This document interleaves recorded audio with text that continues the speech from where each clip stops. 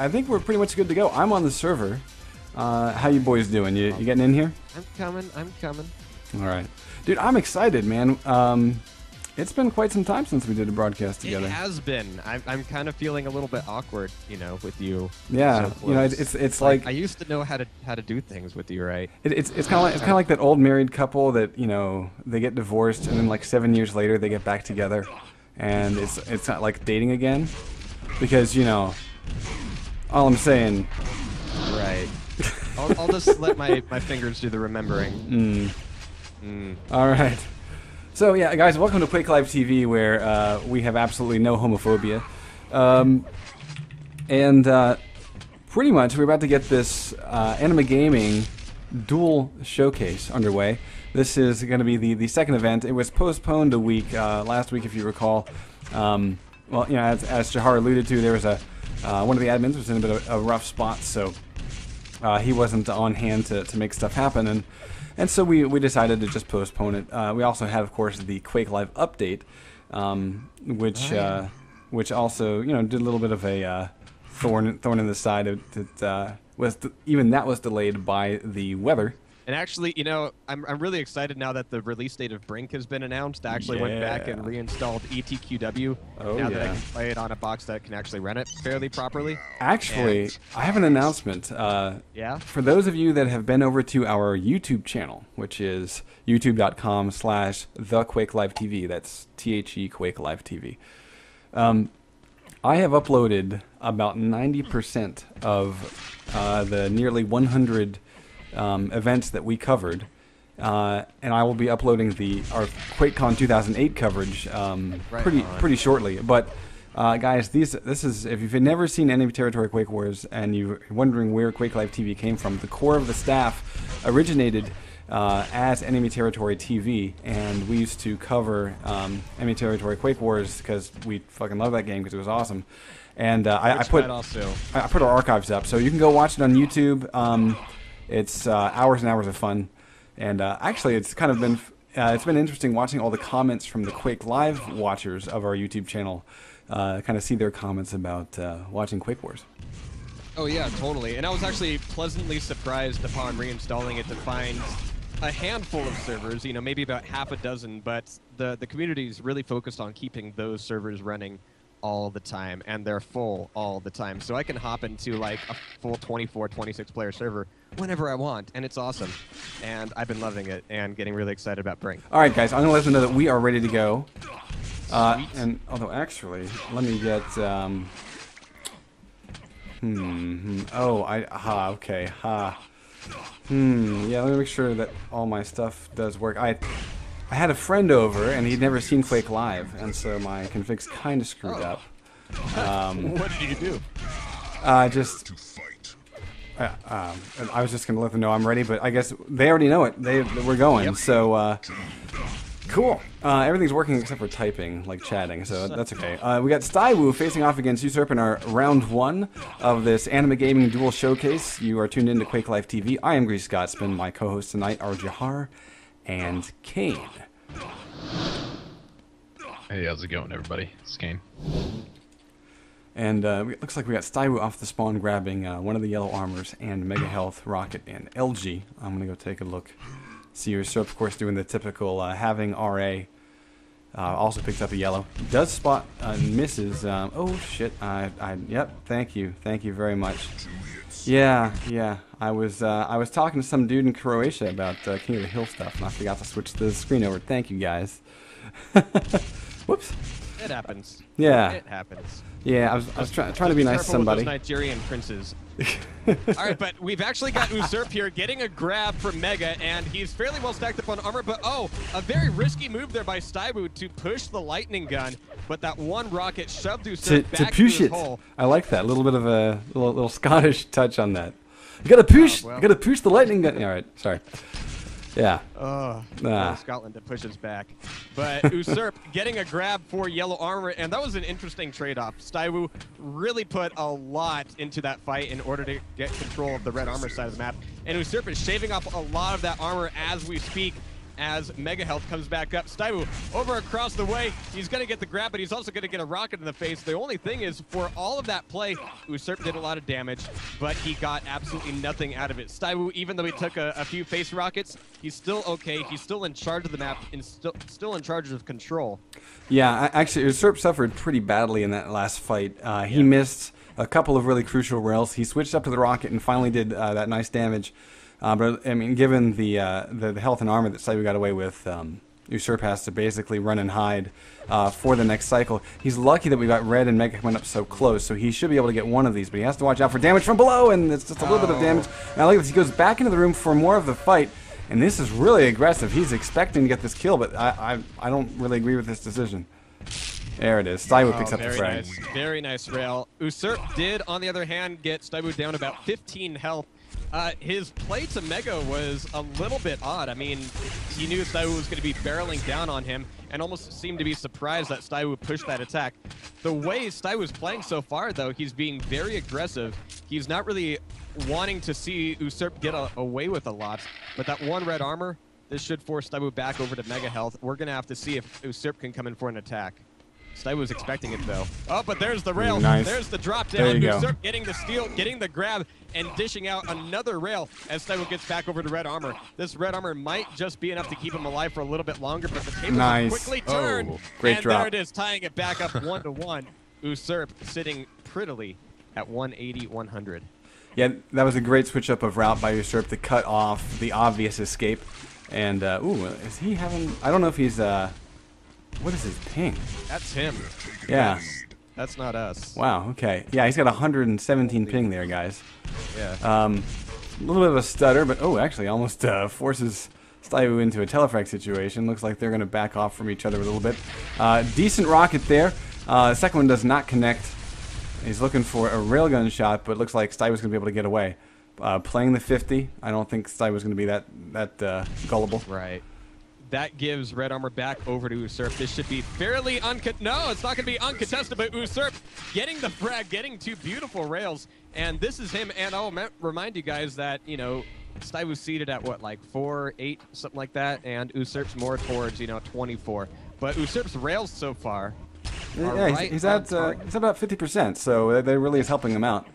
He's also hit some really nice rockets. He's been able to pop Staiwu up, and we haven't seen, you know, this is something that I've mentioned before on the stream. Staiwu's rockets tend to be splashy, not direct. And we're seeing that tonight. So, you know, and actually we can actually bring up the board here.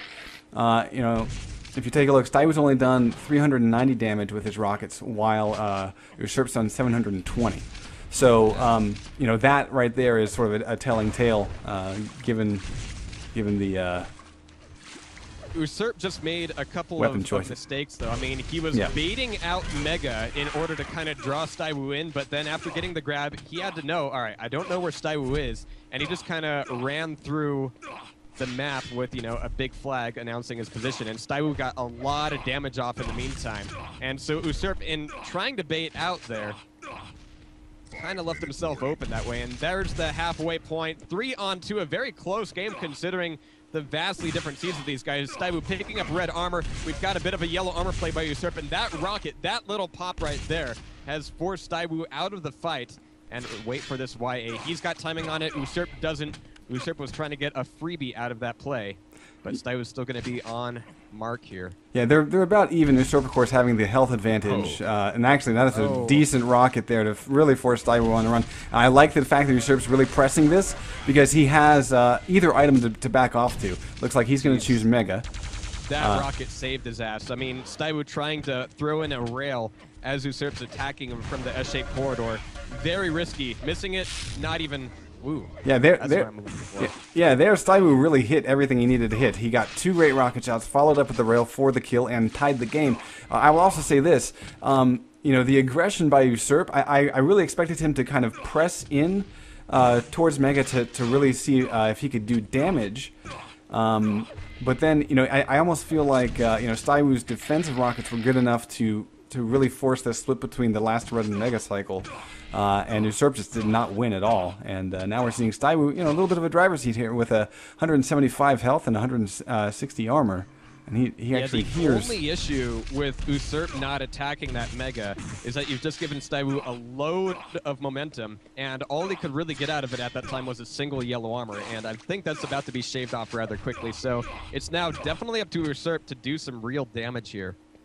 And he's running out of time to do it, and he doesn't really have a great stack, nor is he in a really good position for this.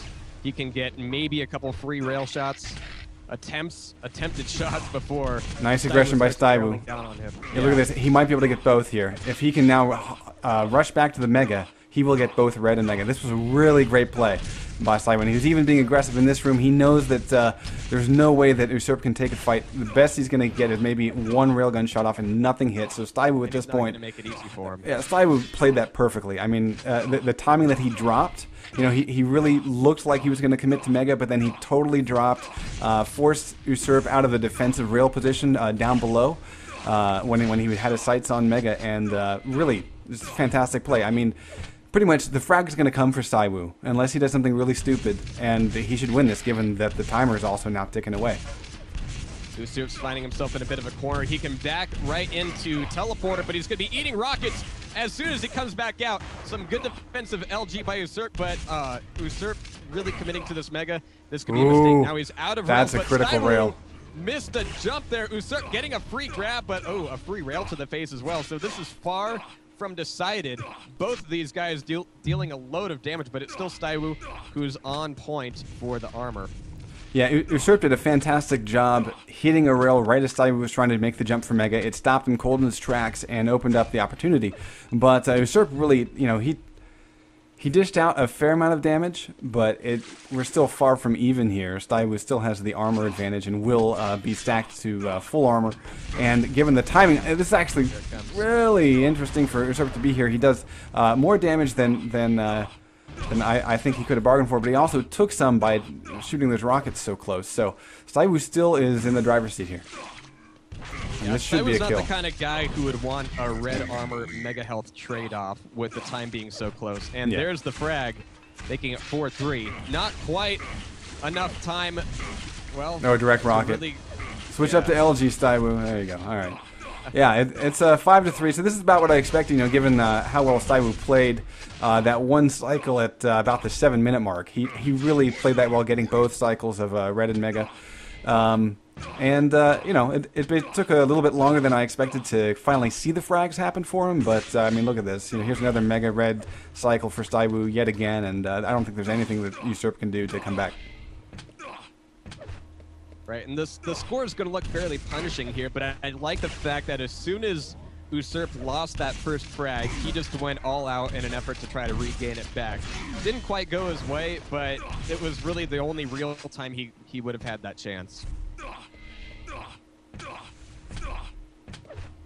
So yeah, I mean, I think though as an opening game, this was you know, a nice map to see. I did not see their map choices, but hopefully we can get them to tell us the beautiful tale of where we head next. Or actually, no, wait, these are best of one. Excuse me, I'm forgetting that I think this first round is best of one. Is that right?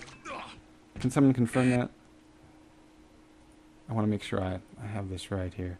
Let's see. Yeah, best of one first round, and so the best of 3 second and third rounds, and then we're into the semifinals. So okay, guys, yeah, this is the end of the first match because we are of course still in round one. So Staiwu will advance. I'm going to bring the brackets up on the stream in just a second. All right, so of course in this one we will actually have map drops and picks and all that good stuff, and we will have a best of 3 ahead of us. This is going to be ID facing off against, I'm going to say that's Playrose, something like that. I'm willing to stick with Say. And in 5 minutes, all the no-shows in round 1 will be forfeited, and so low Staiwu will be going on then, but hey. We're heading into this game, ID, who, according to Quake Live, hails from Canada. And we've got, we're going to call him... I think it's Player Rose or Player Rossi or I don't know, something like that, but we're going to shorten it to Say because he's on Team Super Jake and ID's on apparently Team Enemies. Good times. I got to say the worst thing about having one of my monitors fry is wondering when my other one's going to go. I'm living under the fear, but we've got a countdown. We ID and Say. We do. It's good times all around. And once again, we're going to see Furious Heights followed by Arrow Walk in this best of 3 matchup with, I believe it was ZTN as the tiebreaker. At the opener, we've got ID actually going red armor and then over to Mega Health with no contest at all. And he's only been shot in the ass with a railgun, but this railgun wielding Sei has so much health and armor to work through that this red armor fight's going to be really difficult for him unless he does something spectacular right here. 2 seconds to red. But he's not really in a really good position to do anything spectacular. He might already be looking for Mega. If he didn't hear ID get the pickup, then yeah, he's going to be stuck down below to fight off the red armor. And that, again, leaves him with more lag time to catch up with over to Mega. And that gives ID the position, gives him the item, and we're now back to square one. So, yeah, sweet for Sei to get the first railgun, but he spent a little bit too much time in the waiting pool there. Yeah, a little bit.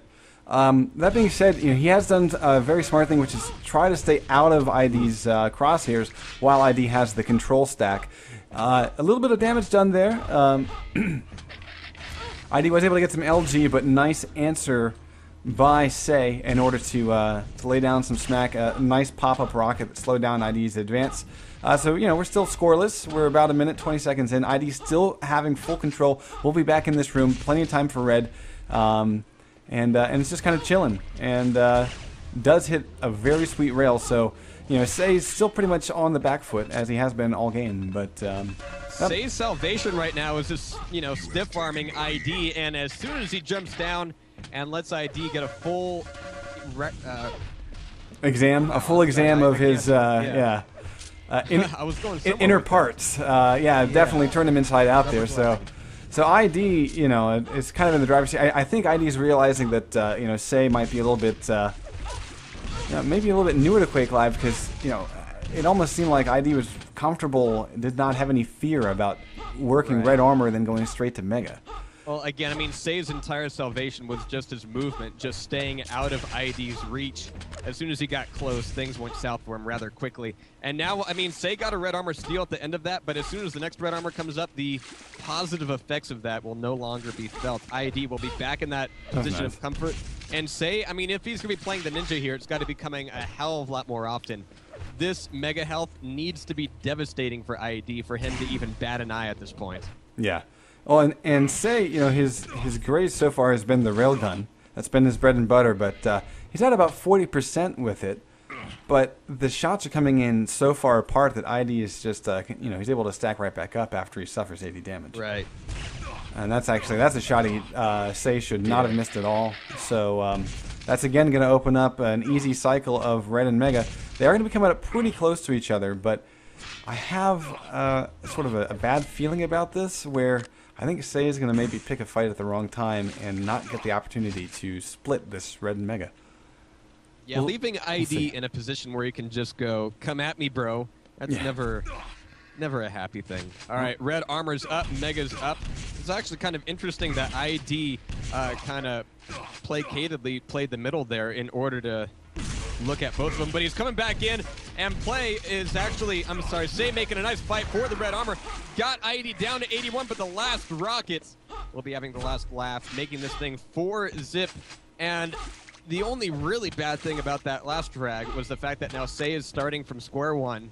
Does he even have a rail yet? No, I'm not sure. No, he doesn't have much to work with at all. LG and rocket launcher. He's out of position. He's given more time to ID to stack back up, and he's just kind of pushing the reset button on this the entire time. Yeah, I'm watching ID here, and it seems like controlling the items is, pretty straightforward. There aren't any major challenges, and when the challenges happen, it's actually ID challenging for both items, which is kind of uncanny, but I guess when you feel pretty confident against your opponent, which I feel like ID's been all game, we haven't seen an instance where ID's really had to kind of turn back. Even coming through sort of that death gauntlet, that sort of zigzag hallway, where you can really get hurt by tons of rocket splash and get halted in the corners and stuffed, against the wall and just totally demolished. We even saw ID push through that in order to force a red armor fight just a couple cycles ago. We're about to hit the halfway point, and ID, for the first time is just sort of chilling. He's trying to get sights on his opponent, trying to figure out if he's hiding somewhere. And it's actually this little delay will actually maybe give Mega to his opponent. Let's see what happens. Nope. Well, actually, I was watching Say during that moment, and when he fought for that last red armor, spamming all those nades through the corridor, he was really noisy about it. He was really obvious about where he is, but not seeing where ID was after that, he got really tense. Yeah. You could just see it. He was really worried about, okay, where is he? And now that's given a lot more initiative over to ID. Say has a better stack now than he's had during the bulk of the match, but again, ID so much more focused at this point, and so much more, in control and calm and all that jazz. Yeah, we're looking at 10 RAs for ID, and only 2 for Say. And one of the things I've been noticing here is that Say's been really focusing on doing a lot of damage before the item comes up, but after getting a shot or two in, he just disappears. And then ID, you just saw him grab Mega, you just saw him grab Yellow, and he could just kind of shrug it all off. And so Say has the right idea as far as doing damage on the items, but the timing of where he's choosing to have the fight happen and then where he's leaving it off is not quite ideal.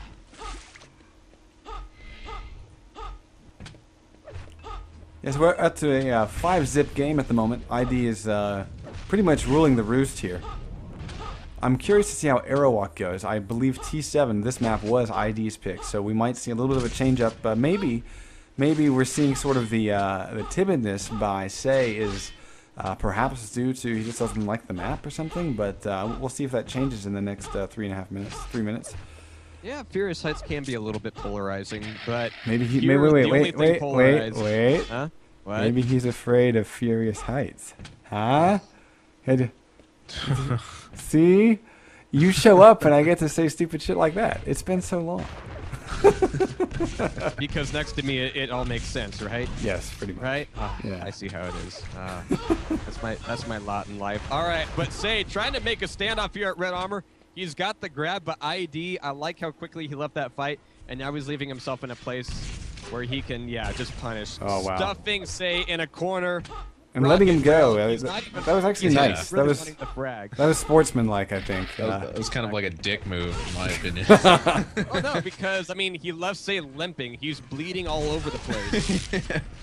Which means that actually ID can get both power-ups if he does this right again. Let's see. Maybe. Oh, yeah, he's got him. Yeah, the initial rocket doesn't anticipate the jump to Mega. It's actually wide, so ID steps around it and picks up both again. Yep. Yeah, armor-wise, we've only seen 4 red armor pickups and no Mega healths for Say, and I think the score is pretty reflective of that. And I do like the fact that ID's only really fragging when it's, just right in his reach. He's not willing to push out too far. And that's really the important thing, is that he's not going, okay, this is an easy target, just plus forward. You end up losing control, you end up making more mistakes that way, and your opponent spawns, right on top of an item more often. ID is not willing to let that happen even here. Yeah. Which is good prep for later in the night, because, ID is typically a CTF player. We've seen him show up to several duel events, but I don't think he himself, let alone anyone else, would kind of put him in that kind of pro duel bracket. But he definitely, I think we've seen improvement from him over the course of say Intel Extreme Masters, some of their Open Cups. ID participated in those. We've also seen him in I think previous Anima gaming events maybe, and if not, then Silent Gamers I think he showed up for. So he's not really a stranger to duel, but I think it's always good to see that he's got a game plan and he's carrying it out even against someone he can beat 8-0. Absolutely. And yeah, final 30 seconds here. Second map, as you said, Aerowalk. And really, I am wondering how different it's going to be at this point, because the way Say is playing out Furious Heights, he's wanting it to be a little bit slower. He's wanting to kind of take his time between shots. And on Aerowalk, that is a luxury that really isn't afforded you all that often. Yeah, I mean, you really have to, know how to play on your back foot on airwalk, because often too much, it just, yeah. Yeah, did you catch that chat there? Say was saying, I was hoping you were going to drop this map. So maybe we will see something pretty different on Aerowalk. Running the stats breakdown, we've got ID, of course, doing about 1,000 more damage than his opponent. Most importantly, though, the accuracies are a bit higher, especially when it comes to rockets. And, well, yeah, rockets, I think, were kind of the majority there.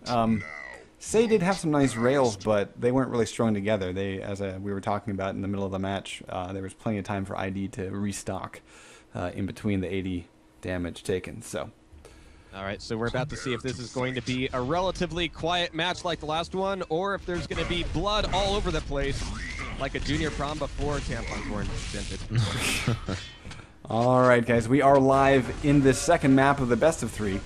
Second round of the Anima Gaming Duel Showcase. This is North American Quake Live, and we have ID from Evil Geniuses facing off against, I think it's Player Rosé, and we're just going to go with Say because it's easier to say. And right off the spawn, though, we're seeing a little bit more pep in the step, I would say. Shoving himself, yeah, I gotta say. A little too much, though. This is too aggressive. Here. There it is. Yeah, shoving yourself up those stairs is never a very happy thing to do. Unless you're Cooler or Cypher with the lightning gun.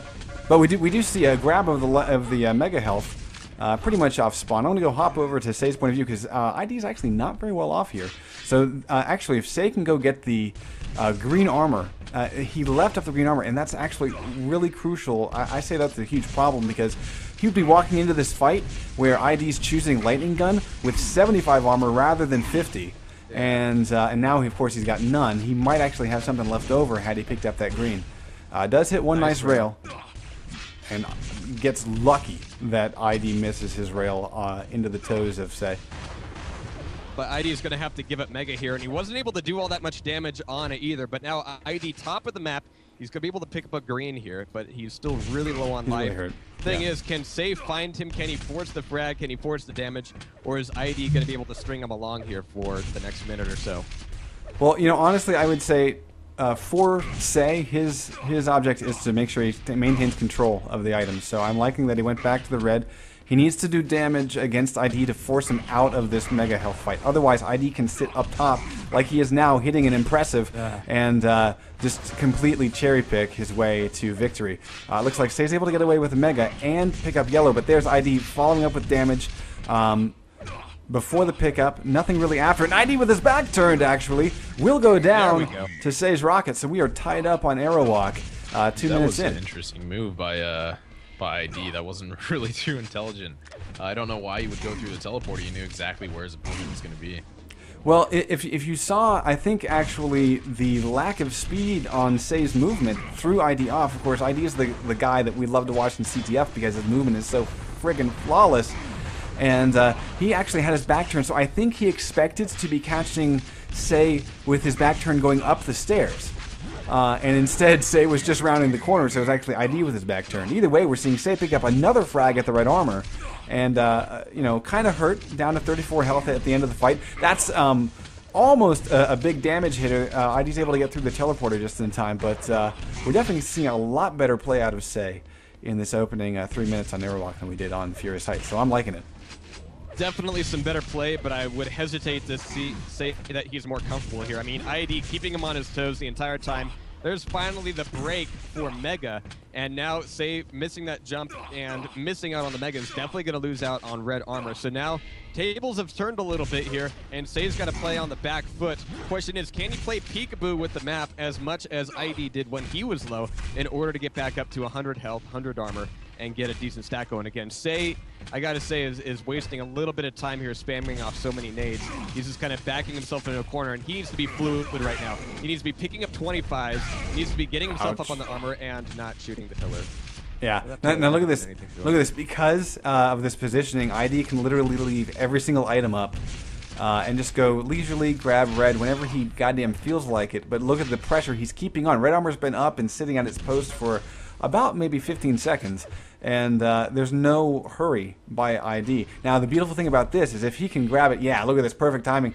I'm getting word from Wally that it's Plero-C, possibly as a pronunciation. But Plero-C will have absolutely no idea when red armor comes up.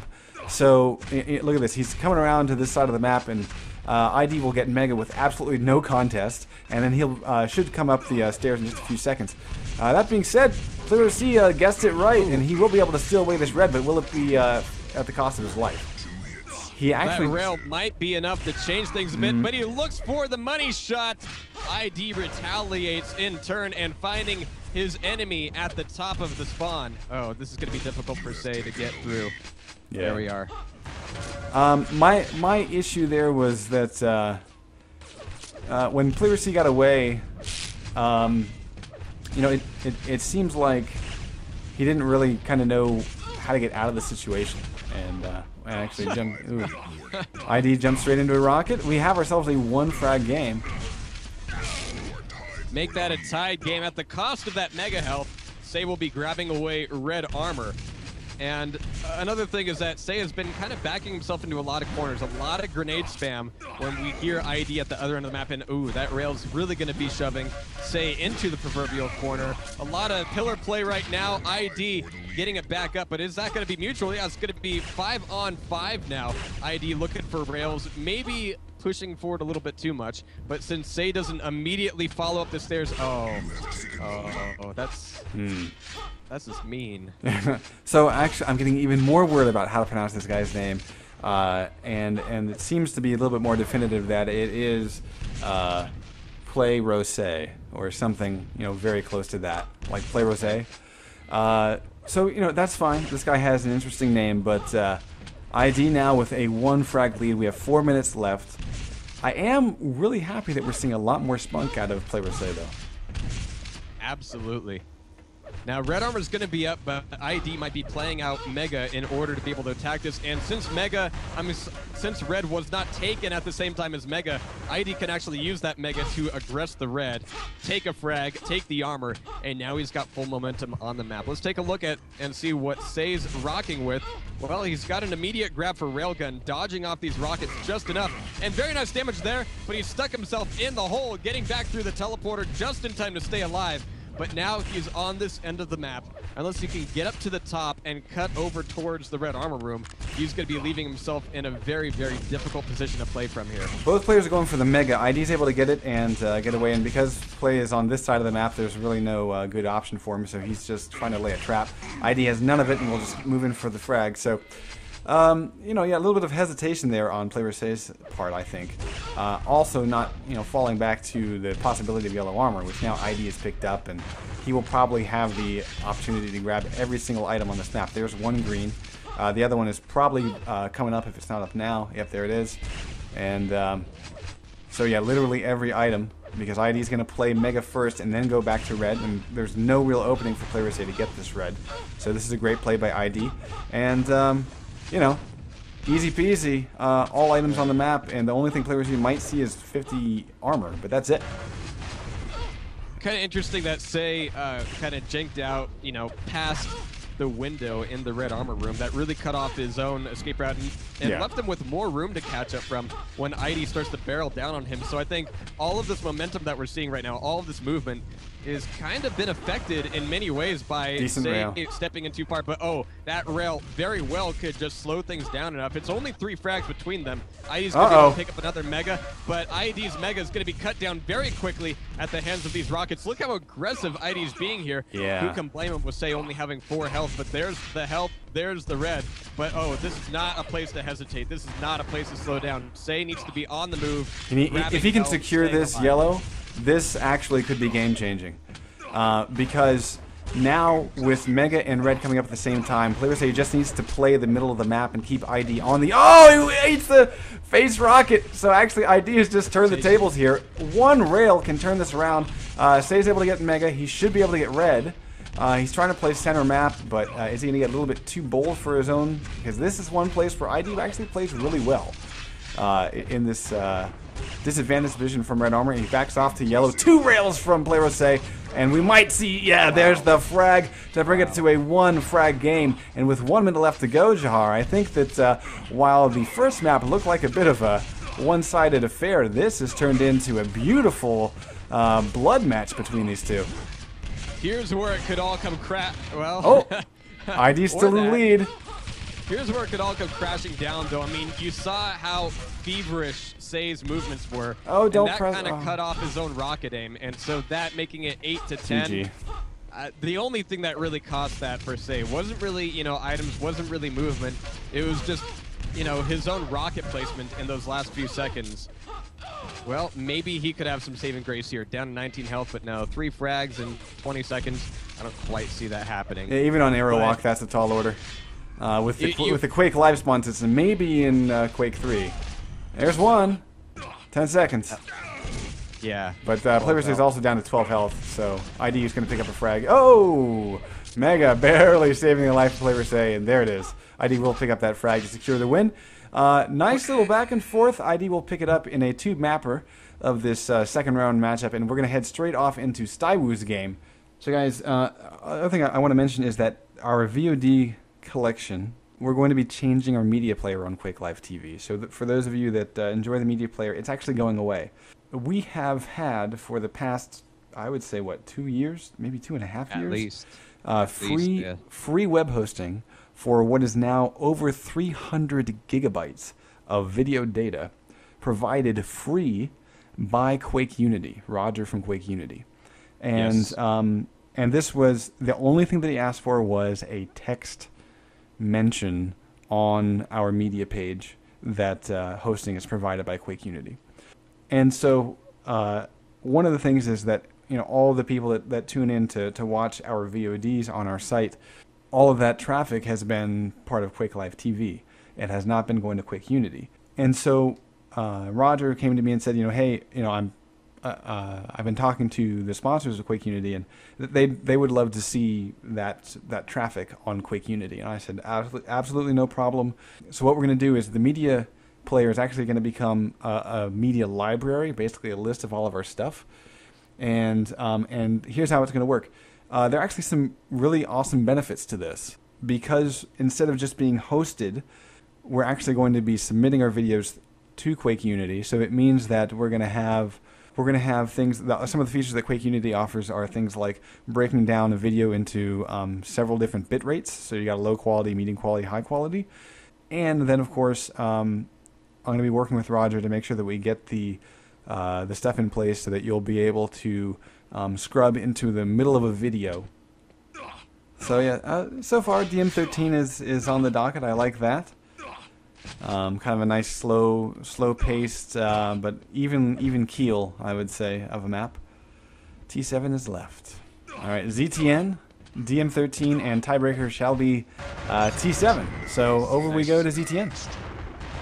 We're supposed to call it Blood Run, aren't we? Yeah. Okay. Whatever, dude. Come on, dude. Work with me, dude. All right. What did I see recently that was done by Rooster Chicken that was pretty awesome?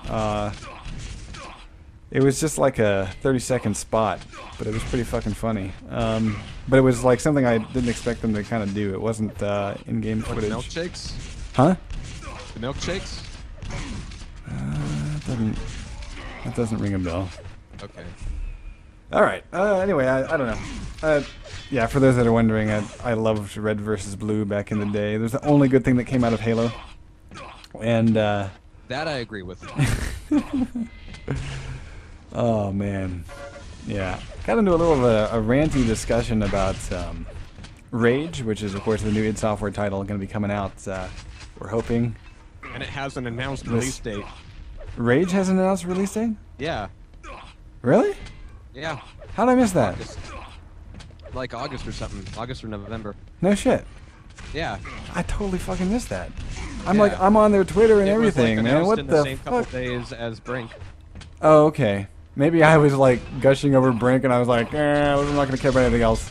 Either way, guys, we got a lot of great games coming out in just a few seconds, but we have a great game happening right now, and that's going to be Staiwu versus Low.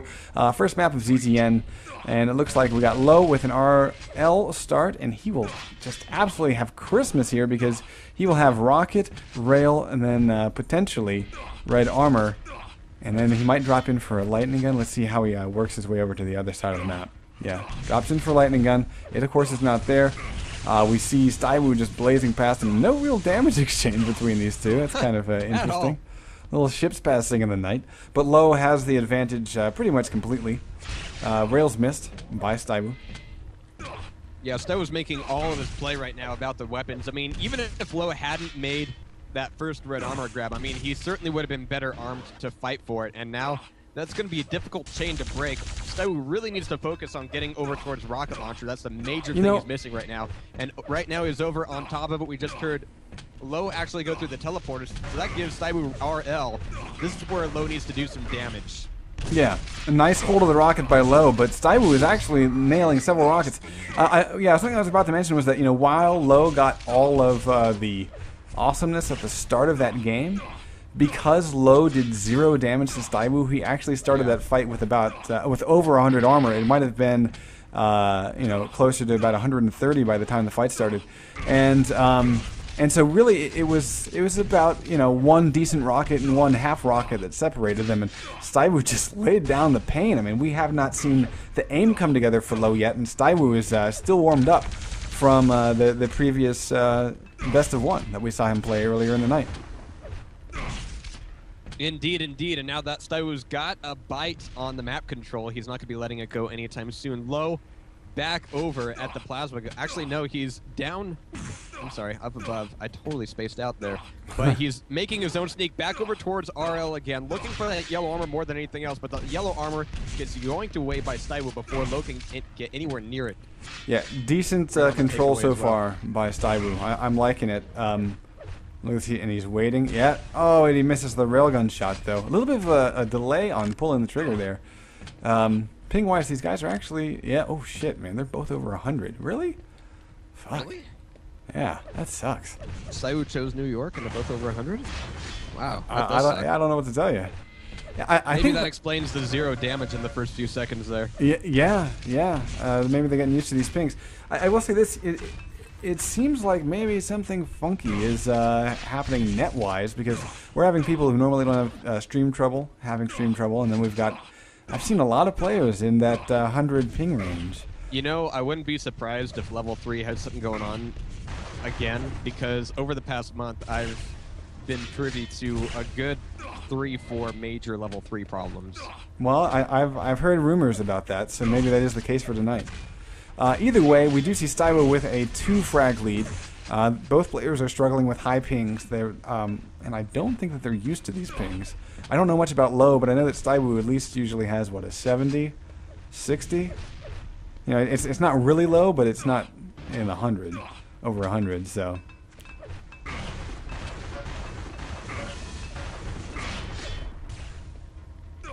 Yeah, and we can really tell that until that rail... Low is actually, you know, kind of missing quite a few of his shots. Staiwu not having the advantage in that position. Smartly gets out of the fight. I want to go take a look at, see how Low's done. Yeah, he's got himself up to 180 armor, so... Yeah, he's been sharding up fairly effectively and staying quiet over here at the shard stairway, taking a bit of damage and leaving behind yellow armor just as it comes up. His timing was just off by a second, but that's okay. It means he can bounce between yellow armor and mega health until he's all stacked back up. So now, at 170, it was all ping. Staiwu. Yeah, exactly. Now you see how important it is, but holy shit, it's going to come down to the close-range hug rockets again. Staiwu and Low getting as close as they prefer to be.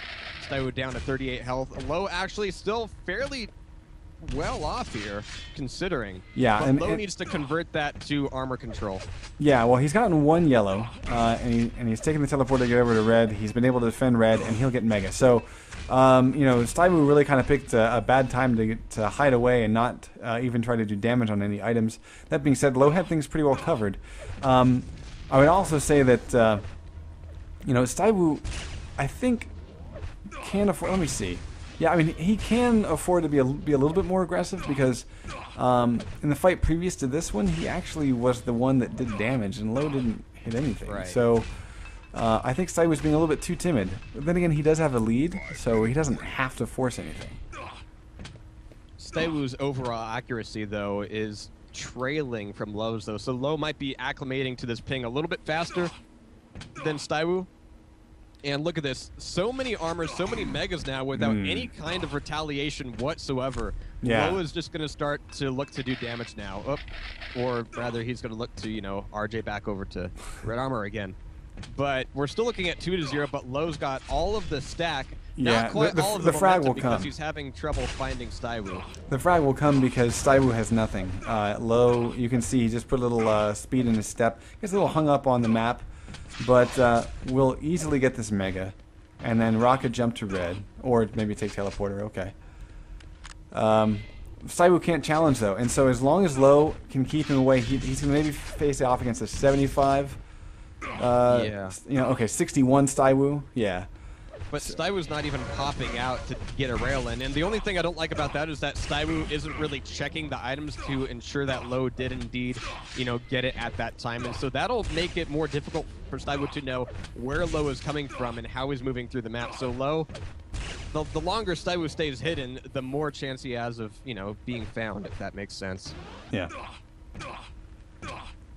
So another mega cycle. Here we go. Staiwu presses in, does a little bit of damage, backs off.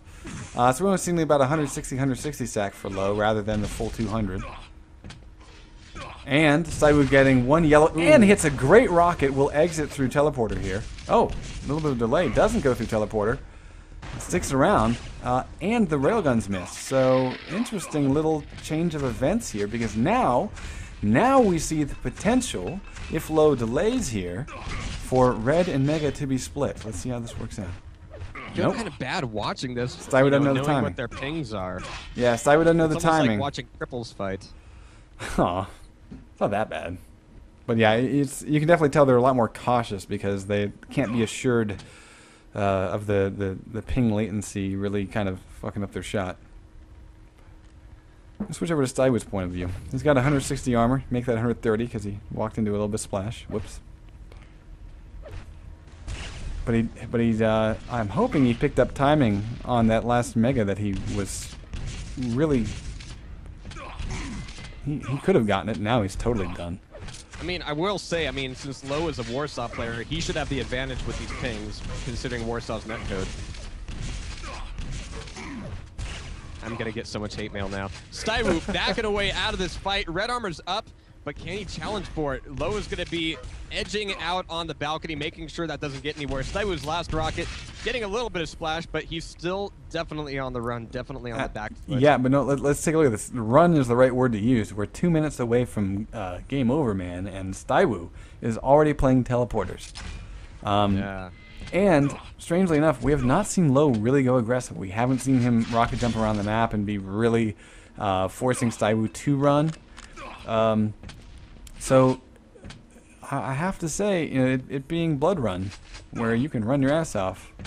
I don't know. I know that human brains are really bad about correlating patterns to events, but every time I see somebody just try to go all turtle with a score this close, something always happens. The camel's back breaks at some point along the line. We're going to have to see if Staiwu can hold on to this for a whole nother minute. That yellow armor certainly going to help, but here comes a fight at the balcony. Staiwu eating another rail, down to 7 health as he backs off towards rocket launcher, but Low's already on top of him, and there it is. Low at 4 health. He's at least going to be able to recover at Mega. Almost didn't, though. With 4 health, 1 MG bullet would have done the trick, so Low got there just in the nick of time. And we just hit the 1 minute warning, and Low has 1 frag to go. Yeah, Low had 101 health at the mega pickup, so yeah. that's ridiculous. I think that MG bullet did hit, but it was just a little too late. So Staiwu can still run here. 30 seconds. Low does have stack, but ooh, yeah, Staiwu playing the running positions. He's on the move. Slow weapon switch. Low going to trap Staiwu. Here we go. He's got the teleporter He has to hit cut this. off. He's going to be pushing him back over to Mega. He's going to be giving it the night. Oh. Yeah, Give great. up an item in favor of having the position. Yeah, but great defensive plasma by Staiwu. That was well Yeah. played. Even with the pings, that was a good play because he does not have a rocket launcher. So yeah, 4-1 is going to be the final score here. Staiwu will pull ahead, Very close game. and we head off to DM13, Lost World. Overall accuracy for for both of these guys is 19%. Honestly, I'd rather play anyone else. Yeah, I know. but Wow. look at the rocket damage difference. We see more than twice the damage done by Staiwu with those rockets, and Rail was about the same. So it really came down to the greater rocket accuracy. I'd rather Actually, play I was- anyone else. I was perusing the release notes from Black Ops. No, this is going somewhere. I trust me. I was perusing the release notes from the latest Black Ops patch. You know what one of the bugs fixed was? If Spawning? you're playing Demolition and you have the bomb and it, swaps you to the other team because of the new auto balance teams features, which just got added in a couple patches ago, you might still have the bomb when you switch to the defending side. That's awesome. They fixed that like 8 patches in. Like, seriously. Hey guys, I have an idea. Oh my god. It's gonna sound crazy. Most broken piece of shit ever. Wow, that's pretty interesting. Actually, that's a nice segue to. I got into this bit of a rant about level design on Doom 3 World, and I don't understand why walking 3 steps and getting a cutscene in an FPS is fun.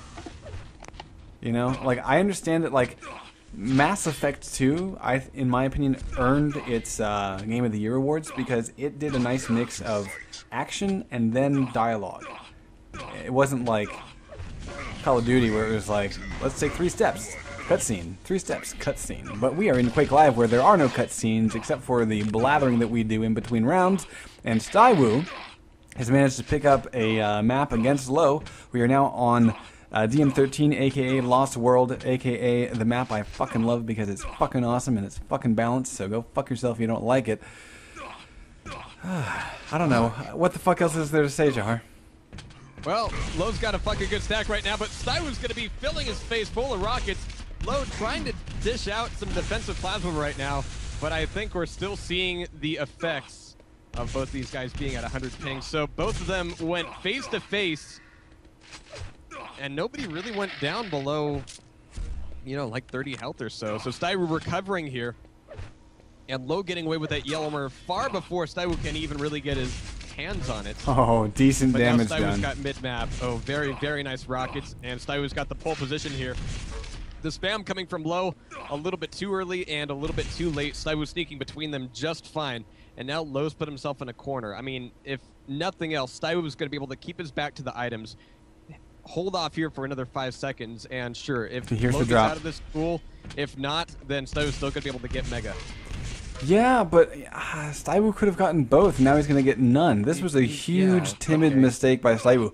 He was trying to lay the trap at Lightning Gun, but a little bit of a delay by Low and the exit down the bottom doorway. Staiwu just, honestly, he just fucked it up. Yeah. There's no other way to put it.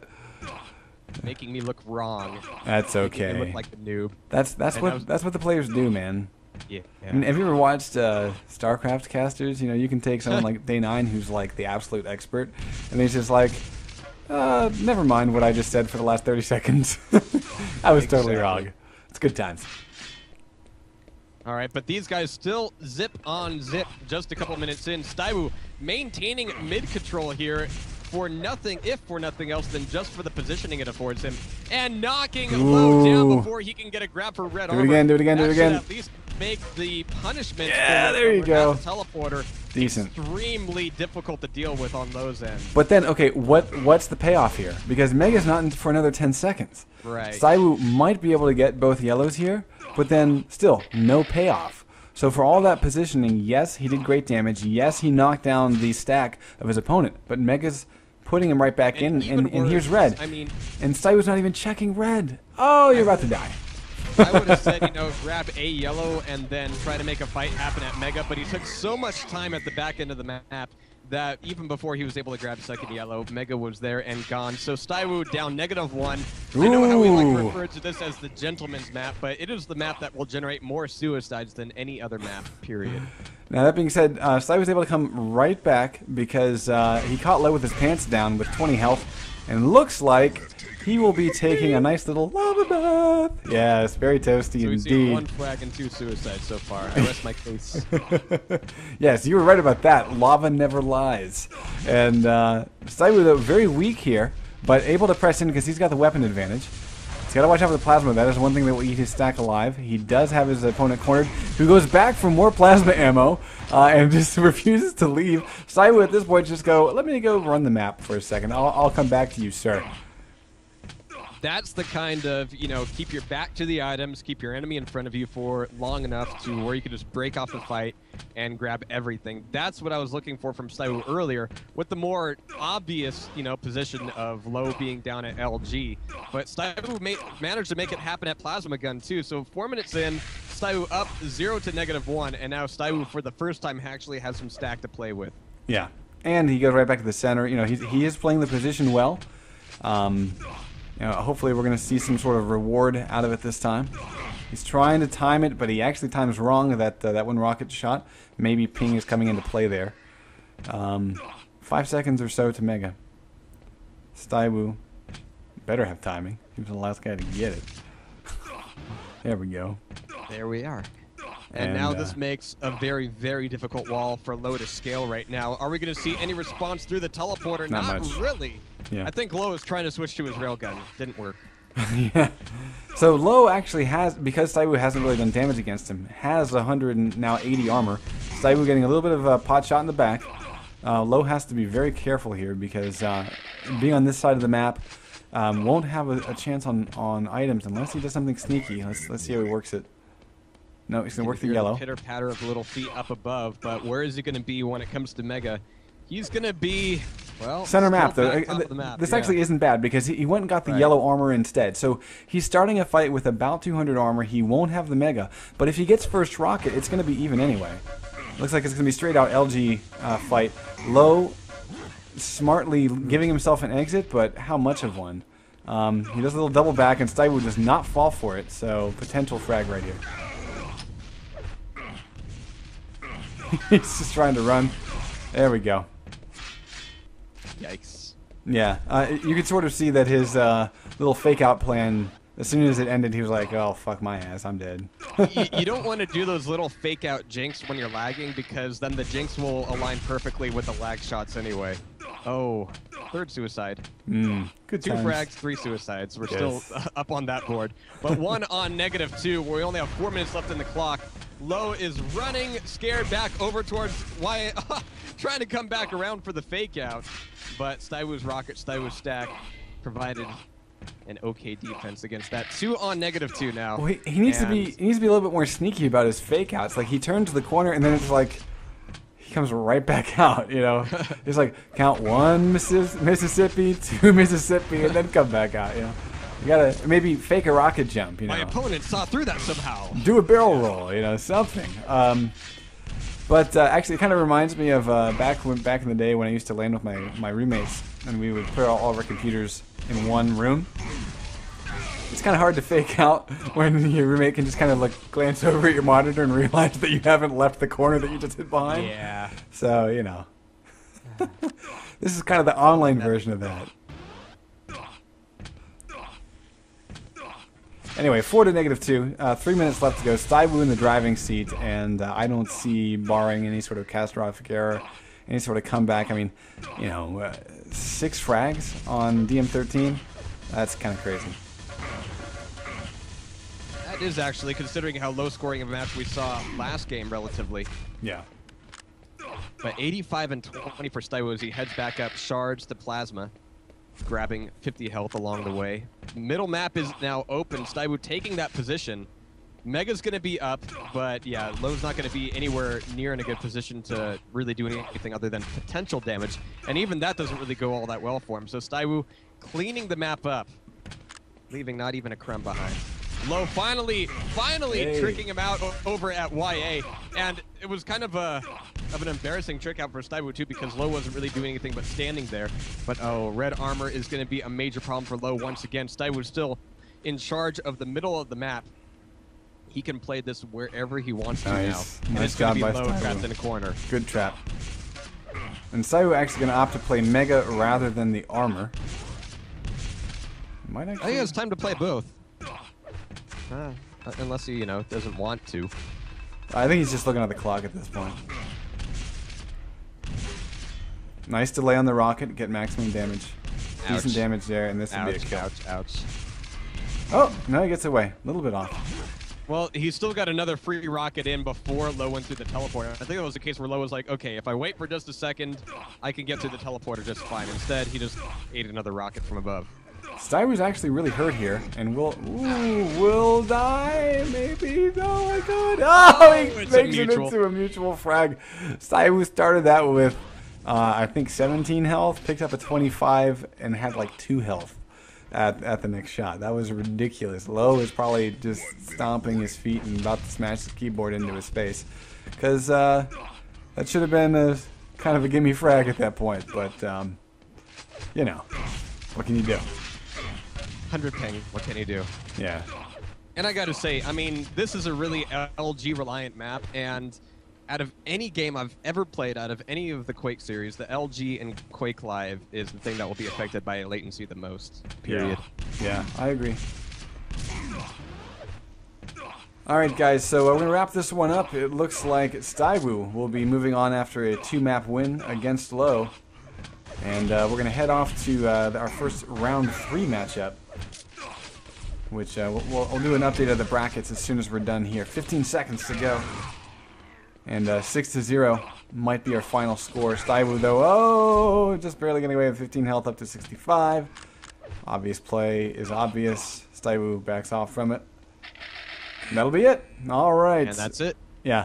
Again, we're looking at more than twice the rocket damage done by Staiwu. So, 6-0. All right, but it looks like All Me took down Cosmo in round 2, and we'll be facing him against Brick, who took down Loveless.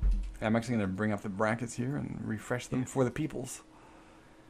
And Ray moving forward against Staiwu in round 3 here. So we've got all but one round 2 match done. all right, guys. So we're going to see if we can get this underway. I'm going to let them know that we are all set. It looks like they are picking and tossing. Pick is first. T4. Prophecy's picking T4, yes. Yeah. Alright, so we're going to see a lot of rails. Chain is upset. He says fuck T4. Chain says fuck about a lot of maps, though. If I recall, he will definitely do some map blaming tonight. So yeah, we're just waiting on that. T7's drop, so ZTN will be our tiebreaker, folks. So we have T4, and then Arrowwalk, and then we're going to head over to ZTN for the tiebreaker if it has to happen that way. I'm excited. I'm excited. This is the first time we've been able to see Vertical Vengeance on the stream tonight. This is a map often tossed because of the heavy rail focus. However, Chain is usually pretty good with his rail, but I don't think he's a fan of T4. It's a very divisive map. I mean, you've got the long spawning railgun, the long spawning mega help, and only the 2 yellow armors. It can be a very, very love it or hate it kind of map. I love it. Yeah, it's almost like on every frag you want to get the best bang for your buck because you're going to have no resources. You know, the 50 armor is, it's really just not going to help you survive against a player that's good with his rail. And yeah, so it's a nice sort of what can you do with limited resources. And of course, I also love it because it's usually pretty fast-paced. And I'm always a fan of the Fast and Furious. Just don't tell my wife, although I guess she's already highly aware. No, I'm playing. Well, see, there are times where I want to be like really honest, but I know that my wife would be very upset with me. All right, we're going live. Chain versus Prophecy here on T4. Here we go. Prophecy right out of the gate is going to be getting upper yellow armor. and grabbing away rocket launcher first of all. I fear though that should be giving Chain first railgun, but it's actually the shotgun bringing home the bacon as far as Chain's damage goes. Nice. And Prophecy's rockets finally connecting, but that'll be leaving him with very, very, very little health to deal with. But even with 125 pickups, he's got his eyes set on one thing, the rail. Yeah, a little bit risky by Prophecy, but he's playing it pretty well. He just needs to hit one shot here. Oh, make it 2. There we go. All right. Really well played. You know, it seems like he had no fear against Chain's ability to miss all of his rails. Gotta be careful though. Oh, pummel. Watch out. Maybe Chain's statement of "fuck T4" was not made in jest. Oh no, it was not made in jest at all.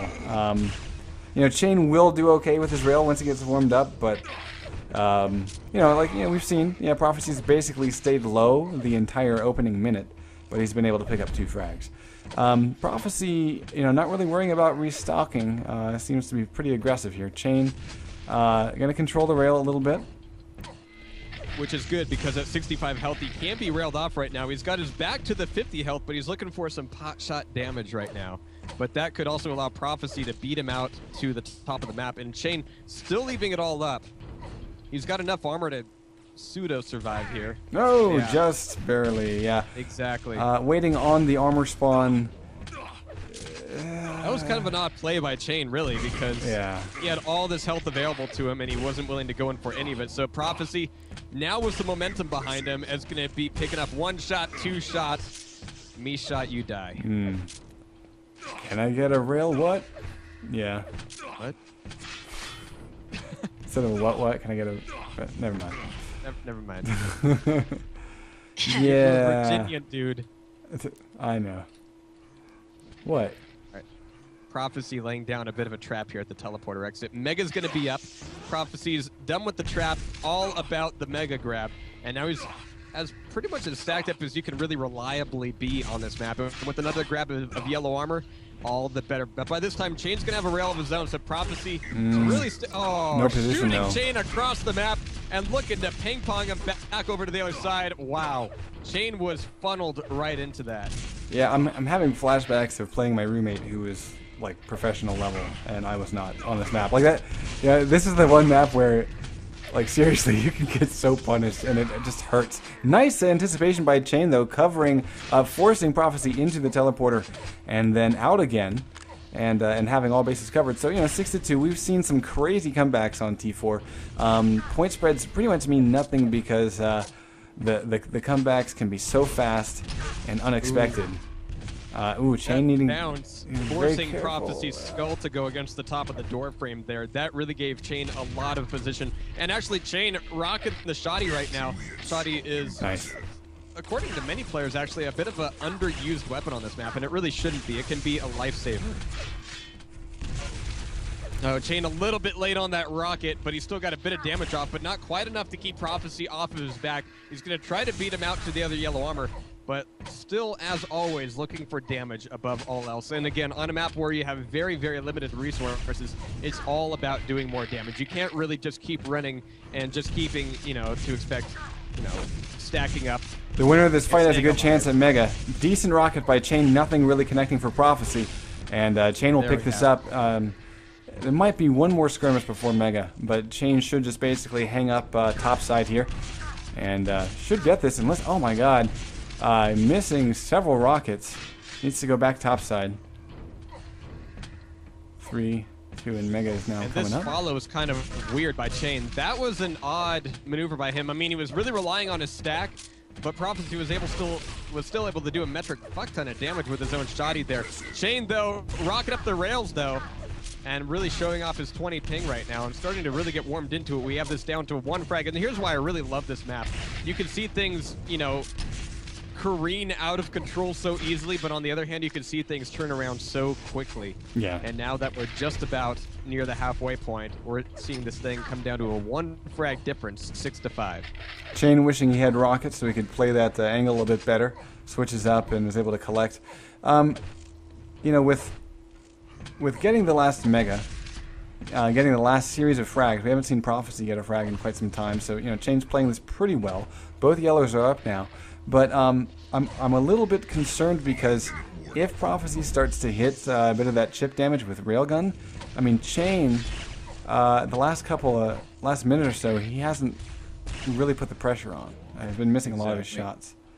So this could become problematic for him. He's got to start doing some damage right now to keep Prophecy on that back foot. I'm gonna switch and over right to now, him. Prophecy's really got the mental advantage here. You saw him waiting by the teleporter. Chain made kind of a obvious fake out to the teleporter There's exit, one. and now Prophecy, he's got the position. He knows where Chain's going to be, and he's the one really steering Chain at this point. Chain might be able to retaliate and get a frag just off of sheer aim alone, but Prophecy Nice. is going to be doing tit for tat, and at the end of it, it's going to be tits up for Chain. Prophecy left with only 10 health, but he should be able to recover here in the middle. That was pretty titty-tastic, by the way. I just want to throw that out there. Mega in 20. Prophecy, 10 health, trying to be sneaky and cheeky, and it totally backfires on him. Chain will get this Mega unless he does something really dumb. Also picks up a tie, and also will pick up a lead. Yeah, really weird gamble by Prophecy to sit there with 10 health, thinking that he could somehow do some sort of massive denial. It's just, I don't understand that play at all, and... Chain Don't just you remember totally... it's double damage week for shotgun? What's that? Don't you remember it's double damage week for shotgun? This is not a That dev is- pick server, motherfucker. I was gonna say that's if you know, if Quake Live was designed by Valve. 8 on 7 though. Chain temporarily in the lead. Look at this plasma from Prophecy. Chain is thinking, oh, no way is he gonna do that with plasma. I could just force my way in here and get the frag, and there it is. A rail either way would have been devastating for Chain, but Chain getting it in, getting it done. And now we're actually kind of running low on time for Prophecy to make a big Riku. And actually, I do like the way that Prophecy's been able to keep some distance, but when it comes down to it, he really needs to have much more consistent rails. Yeah, I mean, Chain at this point, though, he's been able to run the last cycle of armors. He's got a little bit of a stop. I'm not sure what's going on. Maybe scratching of the nose. Who knows? But look at this. Yeah, denial of this armor. Really nice play by Chain. So he knows that Prophecy is going to be really hurting for this mega fight coming up in about 45 seconds. Oh, look at this press in. The pressure is on, and Chain hits one decent rail, and Chain's like, how? How did you survive that? Well, the That armor... was not even really Prophecy's fight to push into. I was thinking, okay, he's going to, you know, back off to the other YA. No such luck there. He chose to But dance hey- with the devil, and we are down to a 1 frag game and about 2 minutes 10 to play. So very nice play by the 519 player. Indeedy, but Prophecy's having to spend nice rail there. Now Prophecy's back to square one as far as the stack's concerned. He needs to pick up that 25 to be able to survive one more rail. There it is, but now comes back through the teleporter. Now it's Chain doing the corralling here, and up by 2 with 2 to play. This is starting to get a little tight for Prophecy. You know, the very little tiny moment that Prophecy spent going back for that 25 health meant he was out of position when the door opened. Well, this that- Prophecy might need to take some self-fulfillment classes. Yeah. I don't know. That was a little bit much, but it's still good. come on. Still good. Still good. All right, Woo! thank you. My Jeez. flick shot, very nice. Chain treating the railgun like it's a shoddy. Hey, why not? It works. Lower armor is up. It will be Chain's, and I think at this point we might say that it's GG. I'm thinking that Prophecy's kind of falling apart at the seams here. Yeah. But hey, it's first map. But on the other hand, I mean, this was the map that Chain really did not want to go into. And the next map is going to be Chain's pick. So being up on your opponent's map, well, wouldn't be the first time we've seen that happen. Well, it almost seemed like Chain just sort of reached into the grab bag as far as map picks go. I mean, there's still 40 seconds. You can make a recovery on this map in 40 seconds, even of 4 frags. So it's not over. Prophecy's laying down rockets, but Nice. everywhere he goes. I mean, he's really going to be telegraphing his movements a hell of a lot. Earlier in the match, we saw Prophecy kind of faking out Chain more, but now Prophecy is just making a lot of really big, obvious kind of hurt plays, and Chain is able to play right against it, right on par. So 45 seconds, and Prophecy hasn't really touched Chain yet. Yeah. Chain did a pretty good job of running, though, I have to say, in this last minute. And he's even picking a fight just for shits and giggles. So 13-10 is going to be our final score in this matchup between these two guys. And Chain, though, barely winning it. We're going to see if his lightning gun predictions hold true as we head over to Aerowalk. Man, I'm so cold. Mega. I do like the fact here that it was really the Mega and the YAs that kept Chain on top of that. I mean, even for all of the damage he was dealing, Prophecy still had the edge on actual damage throughout that match. Yeah, 4-to-1 was the Mega grab ratio between these two. So with Aerowalk in play, Chain's been sort of talking a little bit of smack about his apparently low ping and loving the thought of using Lightning Gun. Do you think he's going to deliver here, or do you think Prophecy is going to make sure that, Chain's own prophecies do not come to fruition? Here we go. All right, fine. Too many prophecies. Are they too murky? Chain trying to MG down. You just try to dodge it, right? I understand. And actually, Prophecy is straight back down to 100. But with RL, he's able to take an explosive start here.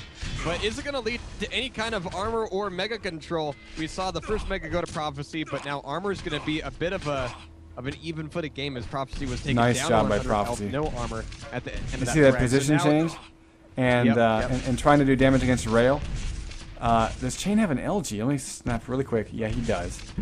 Red armor's up. Mega taken. Prophecy waits. This delay by Prophecy is interesting. There's the LG. Yeah. Yeah. I agree. I know where you're going. Thinking that I'm going to be, seeing Chain at the exit of Mega, and I can just damage him as he comes up the stairs. Chain had no problem with that, apparently, but now it's going to be a bit of a pole dance, and Prophecy is obviously more experienced at that kind of thing. 2-on-1. A nice bounce off of Chain there. But where's the follow-up? Chain's going to be able to recover back over to the yellow armor side of the map. Mega coming up in 3, and Prophecy's going to be pushing forward into it, pushing Chain up against the corner. That was perfectly and there played. it is. But now he's got to backtrack a lot. He's got everything. Prophecy will get a frag here, and then he can go get yellow as well. Unless he totally messes up his rocket shots. Jesus Christ. Well, yeah, I mean, by forcing... Oh, there we are.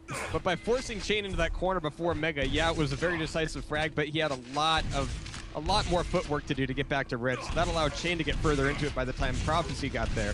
So well, but that was also sort of by the luck of the spawn. Yeah, Chain's going to spawn on that side of the map, but I think sort of the timing of that push was smart because it forced the frag to happen pretty much right as red was spawning, and so there's a good chance that you're going to get frame of mind where the spawns are much more reliant on your current position. So nice fragging rail. someone on away from an item can end up kicking you in the ass because they get a free item off the spawn. Yeah. Chain though sitting pretty on top of the red armor. I don't know if it's sitting pretty. He's actually had that splash been hitting, he would have been in trouble, but Prophecy's aim. Taken a lot more. Yeah, Prophecy's aim was a little bit off. And, this is really a window for Chain to come back. Nice rail. But it's only 80 damage, and there's Mega to heal. So, we'll see if... ooh, look at this. Aggressive play at red, and it might pay off. Yeah. Wow, that's the second time we've seen Prophecy have only about 50 health and really press in for a major item. And that kind of aggression might just be enough to carry him through this thing. 5-on-2. We're only 3 minutes in, but that was the kind of aggression that kind of slacked off on the last map. We're going to have to see if he can keep it up here. Chain taking a rocket right off of the frag. Trying to look for these rails here, but they're starting to fail him a little bit. Mega grab is going to be, fightless. But Prophecy, he's being a weird motherfucker. Yeah, a little bit. That was really the right time to set up at red. I guess he really wanted to see what the view is like from up top of the map. Pretty much. So 5-4. Chain is making a little bit of a comeback here. Nice press in with the lightning gun. Out armors his opponent. Easy peasy stuff. Yeah, I mean, I guess I'm a little bit concerned because that's the second time Chain's won that fight. Going up the stairs, having the better stack, using the lightning gun, and Prophecy isn't And then Prophecy turns it around at the pillar again. Yeah, but Prophecy isn't like playing defensively in that red armor room when Chain comes up the stairs. He's staying in an LG on LG fight, and you're just not going to win that if it's, if you've got the lower stack. So 5-5 now. Chain is working his way into a comeback. That's a nice and grab Chain's of red. not willing to do it. That was a nice attempted rail, but Prophecy is going to be able to just plus forward right into it, leaving him at 27 health. So this fight for Mega, beautiful rail, and absolutely vital in order to secure that Mega. But then again, what? Wow. Okay. Okay. I'm just going to stop talking and just let Prophecy just keep hitting these rails. I think Holy Chain's shit. going to need that 50% LG right about now because Prophecy just hit. Oh, Chain says, all right, time to play. Uh-oh. Because Prophecy just hit, like, the last, 5 railguns? Then nice. Nailed to the wall. But then again, I mean, think of how exposed Chain was leaving himself after each frag there. I mean, off of the spawn, he was going right back into mid. And Prophecy, really just had to here's a mistake. shoot. But that's a nice bounce. Nice rail on response there, but that still leaves... Mistake by Prophecy. If you miss the jump, it's not going to be working out for you. Prophecy at 18 and 13. This would be a good time for one of Chain's pushes up the stairs, but he's going to be leaving it right at that point. Yeah, Prophecy made a mistake by focusing on the red and just totally leaving Mega up for Chain. There was no reason to give that away. Prophecy still had a stack at the start of it. And... yeah, by not trying to force Chain away from both items, he's giving Chain away back in, but there's the rail again from Prophecy. It might make no difference. Yeah, because now Chain's had a good 40 seconds or so to kind of stay hidden and to kind of give himself some time, soak back over to yellow armor, get a grab there. So that'll break Prophecy's steamroller, but very nice rockets once again. Followed up by a beautiful rail, and now Prophecy's kind of sticking his neck out like, come on, hit me. But no such luck with Chain. Here comes an LG fight on the Mega, but burning right through that Mega. I'm sorry, it hasn't been picked up yet. Chain, it should be able to get this grab. Yeah, I don't think Prophecy realized how stacked Chain was. Well, yeah, I mean, he was kind of used to dealing with Chain when he was, a fresh spawn, nothing more than that. And railed. Yeah, exactly. Running around with 40 health, yeah. So now that Chain has slowed himself down a little bit and focused more on getting the health pickups, the green armor, the yellow armor, rockets. He's much better off coming in. Oh, what a great rocket. And there's 8 seconds to red, so this is actually a really dangerous time for Chain. I would go get that green armor. Yeah. There you go. Green armor for the win. Now he gets both. Because he knows that Prophecy is over this there. is interesting, actually. A little bit of delay. This is the same problem that Prophecy had in the last map. He started to slow things down, giving Chain more time to kind of collect himself, and that seems to be working out a hell of a lot better for Chain than it ever did for Prophecy. So Prophecy losing this momentum here, let alone, the armors and the megas. Really, did you see that entire play by Chain? That was really nice. Not only did he delay the pickup, but then he also delayed the exit from the RA. So even if Prophecy's seeing him come out of that doorway, it's going to be off, only by a second or two, but, in Quake Live, that can be an eon. Huge, yeah. 2 frags to make up. 2.5 minutes to go. Prophecy getting 2 great rockets. Chain only has to answer with 1, though, to get the frag. We have ourselves a 1 frag game. Again, another beautiful rocket opener for Prophecy, but we need the finisher to happen. That was not a great drop down for Prophecy. He had no items to gain from that, and positioning, he's going to be backing himself into a corner. So that drop down led to almost the inevitable, nice and now flick. Chain is going, hey, I could do that shit too. I can do it with style, motherfucker. Yeah, so we now have seen Chain get himself a 1 frag lead. And he's recovering from his T4 malaise, I think. And what was the tiebreaker? ZTN between these guys? Didn't Chain take T4? Oh, wait. Did he? Am I have it backwards? I don't know. Are we too old for this? I think so. We are like old, forgetful motherfuckers. Yeah. Jeez. All right, but a minute and a half. Can you bring up your scoreboard so I don't have to do it on the stream? Yeah, Chain took T4. Okay. All right. So yeah, I'm crazy. Don't mind me. All right. So yeah, this will be a potentially 2-mapper in the next minute and a half. I guess I was thinking since Chain hated T4 so much, it didn't. I don't know. Don't mind me. Well, no matter how much you hate it, apparently you can still win it. And now, yeah, Chain actually running this thing with 61 health. This gives Prophecy some time to run around with a gauntlet. Hey, Chain's doing the same thing. We might see Gauntlet kill. Come on, Gauntlet kill. Oh. I really hope that doesn't come back to bite Chain in the ass, because that would just be... God, that would be fucking hilarious, wouldn't it? Prophecy just boom boom picks up like 3 frags. Come on, Prophecy. Get those rails in. I think Chain is realizing the error of his ways and holding up a bit more now. And look at this defense, but no! Prophecy with 11 health, taking him down. LG up the stairs, doesn't matter for him. Risky. And now yeah. it's just, now finally those grenades getting their revenge. 20 Yeah. seconds, 3 frags, could happen. Alrighty, guys. So this one's going to end at about 14 to 12. Maybe one more frag will happen here, but it's not going to matter. 10 seconds. Change is playing teleporters. Teleporters, yep. Hello. 3, 2, and 1. Alright, guys. That'll do it.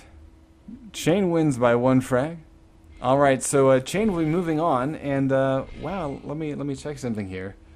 Are we into semifinal territory? So once again, guys, this is an Anima Gaming Duel showcase. This is a North American Duel, being brought to you by Quake Live TV. And this is the sort of precursor to the Anima Gaming season, which will be happening, I think they kick off in March, like the 2nd week in March or something like that. And we're going to be covering some of what they're going to be putting together. The way these showcases work, we've already seen a Capture the Flag showcase.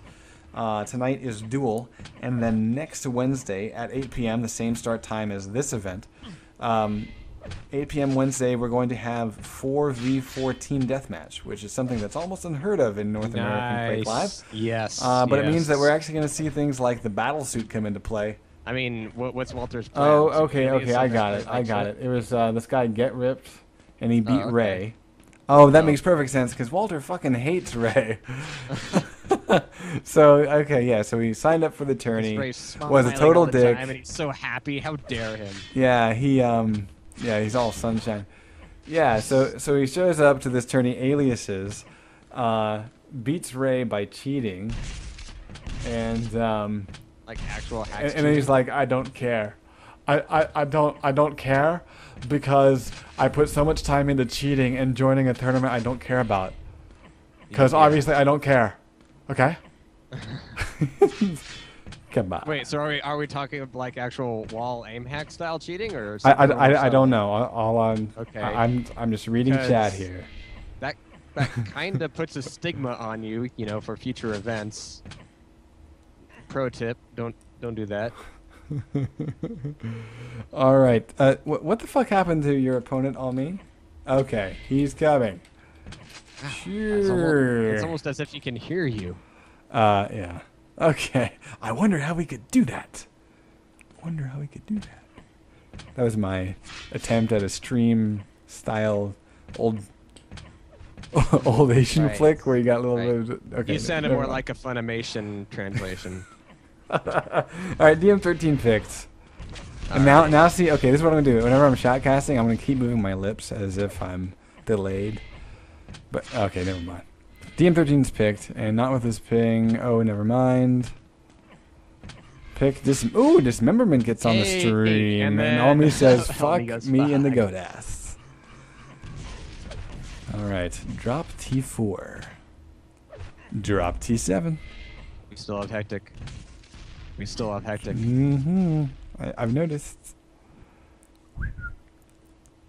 Aerowalk, I think, is still in there. It works too.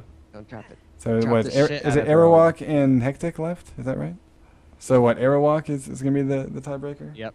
Okay. Alright. So that's what he meant by this is tiebreaker. He meant it literally. So Lost World is where we start. Dismemberment is where we go. Oops. And it very well may be Aerowalk where we end up. Yar. Because typing Yar is fun. Yeah. Okay. So I think we're good. I think we're gonna see All Me do pretty well here, but Brick has kind of surprised me.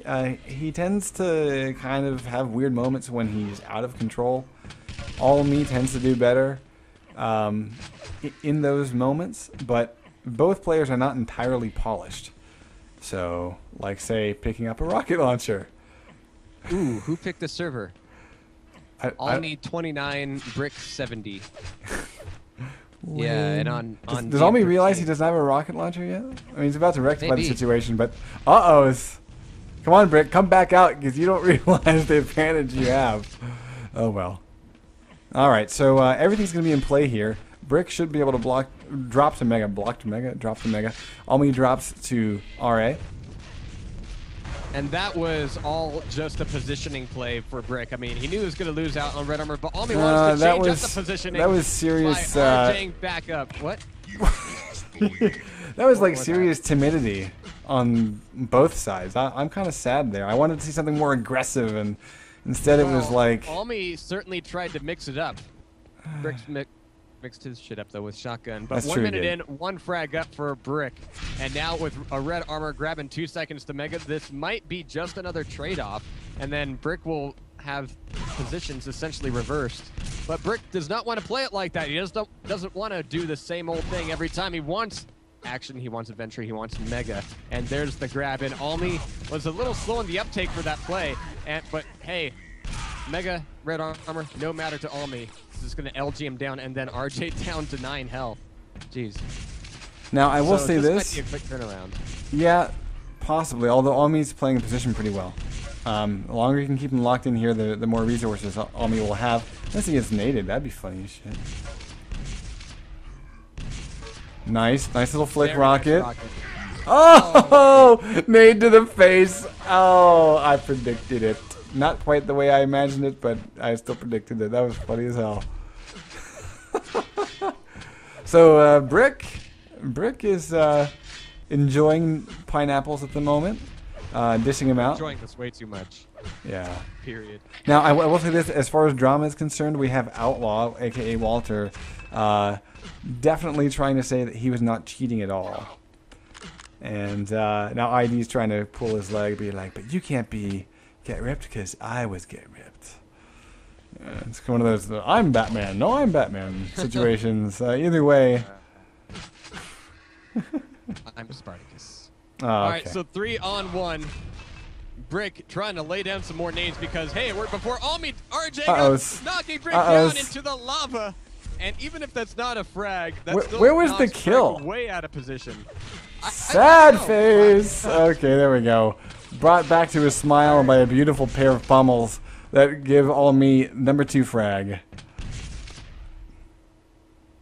So yeah, Walter even says he's put up the demo. Yes, okay. So maybe Walter actually beat Ray fair and square, but I remember some beef happening between these two guys. So I don't know. Oh, Walter's trying to say that we're pretty lame? What about aliasing? For an open tournament. Yeah, it's all good. It's all good. I'm just reading what was in chat, man. So, there you go. Although we might. I'll make all the unfounded opinions and inflammatory remarks. Yeah, why not? Forward all hate mail to me. That's all right, but 4 minutes into this thing, we're actually looking at a fairly close and more importantly on DM13 positive game, but the LG is going to be all over the place for Brick. Yeah, that was. He's going to be getting it finally in here and trying to follow through to one more on Yellow Armor, and with a pop like that, it would be foolish not to take advantage of it. That'll tie it back up 4-4. Mega's up, Red's up. Almi might be able to swing in and get both free of charge. Indeed, he will. We just see the upper Yellow Armor picked up. Brick will have LG. But I agree. I think there's about a 10% difference between LG accuracies here. And we're seeing it show again. Almi wins in that fight. He's waiting for the move. Oh, he totally predicts it. But he misses the second shot. That would have been so sweet to get the pair of rocket shots. Either way, Almi back out to center map. We'll have this pretty handedly. Perfect drop. Oh, Brick. Oopsie. Oh, nice. Nice. That was. Does that constitute as a midair? Because it was in the toe, but it was still a good shot. Right. Is this the first time we've noticed Almi doing a lot of rocket jumps? No, I think every he's time pretty we saw rocket Almi, jump happy. Yeah. But he has done them in kind of risky situations tonight. I will agree with that. Right. he really likes rocket jumps. But in a map like this, I mean, changing up your route like that can be of extreme importance. It's just making sure that once you get to where you're going, your opponent doesn't already know you're there. Almi stealing away yellow armor, still in control of mid. Brick lying behind closed doors with the shotgun. Here's Johnny, but here comes Almi. Still maintaining a 2-frag lead and actually dropping right down into it, just pushing forward to get the frag and the red armor. Almi is relentless at this point. God, I'm so tempted to sing Eagles. I never could get into New Kid in Town? Yeah. Apparently I'm in a singing mood tonight. Yeah, I'm sorry. I'll just apologize now. Later. Do it later. 7-3 win. I mean, this is kind of what I expected. You know, Brick has a hard time, out of control. It's almost uncanny the way that Almi has been so flamboyant with his own maneuvers and his own stack and throwing it back away, but he always kind of recenters after the frag, just as items are coming up, and that's almost some Zen-like mastery of the timing. Where you can just throw it all away, but get it back right when you need it. But on the other hand, I mean, Brick has been playing this thing, and I think you were using the right word earlier, just timidly. I mean, he's not poking out at all. I mean, if we don't see Brick pretty soon, there's going to be 3 more months of winter.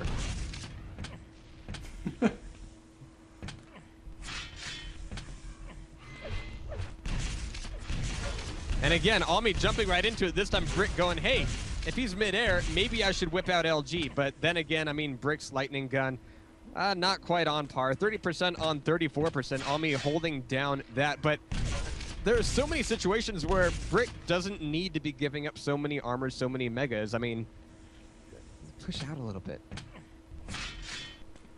Yeah, I mean, the breakdown right now is 5 RAs and, 3 megas for Brick. And I think is that 10 RAs and... Yeah, 9 megas. And almost twice as many yellow armors as well. So 7 on 3. Almi is able to go on a shopping spree here. And finally we see Brick coming back on into mid with a ton of plasma. But Almi's LG might be able to shove him back into his hole. There it is. Taking away the 50 health, taking away rocket launcher. And red armor's back up now. Had Brick done that maneuver when Mega was just about to come up, cool. Or actually, had he connected with the plasma? I mean, he was pretty wild there. That's, you know, be that as it may. Yeah. Now, see, I'm surprised Almi should just take this LG fight. He's gonna win it. Yeah, he wants items. Yeah. And he doesn't give up anything by Keep your going over to control. Mega. I mean, he can move very deftly from that to yellow armor, and he still has timing on the next red. Y8, even if that He'll get the next red, actually. He's going back but here's the thing I'm feeling. Even if red is left up for a couple seconds, Brick is not going to be, you know, right on top of it. Yeah. So, okay. Next map is going to be Dismemberment, which was Brick's choice. You know, I think we might see quite a bit of a difference in Brick's game if he can make sure that this game doesn't affect him mentally. I know that Brick can be one of the players where games kind of bother him a little bit. It won't be as extreme as some other players, but you know, it still sticks out in his head. I think. I don't know that for sure, but I think I'm right. And you know, so I'm kind of curious to see if we're going to see sort of a mental reset as we hit Dismemberment in another minute. Indeed, indeed.